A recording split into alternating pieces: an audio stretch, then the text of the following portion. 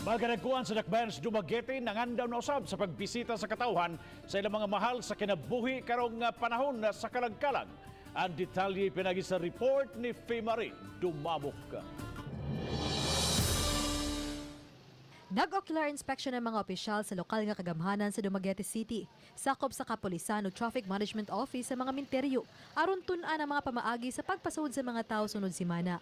Isip pagsunod sa kamanduan sa National IATF nga sirada ng tanang samang sugod sa Oktubre 29 hangtod sa Nobyembre 2. Nipagawas sa sabog executive order ang mayor sa Dumaguete City kalabot niini.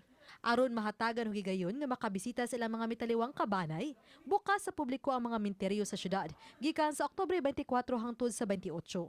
Unya sa Nobyembre 3 hangtod sa Nobyembre 7.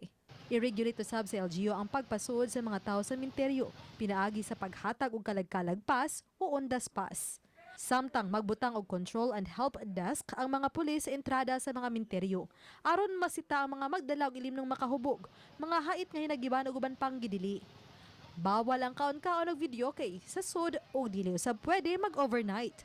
Merong makuhaan doon, kukumpiskahin namin yon, nilagay namin para ma-blatter doon sa police station. Mag-deploy usab ang mga kawanay ang City Health Office aron pagsuta sa temperatura sa mga musod ug siguraduhon nga nagsulob sila og face mask. Daandam na sa Traffic Management Office ang rerouting scheme sa mga sakyanan nga musod ug magawa sa tulo ka mga public ug private cemeteries sa Dumaguete City.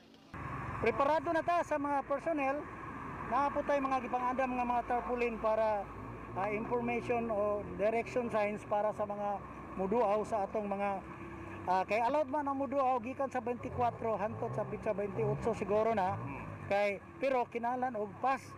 Uban ni Clans Gabutin. Ako si Femari Dumabok.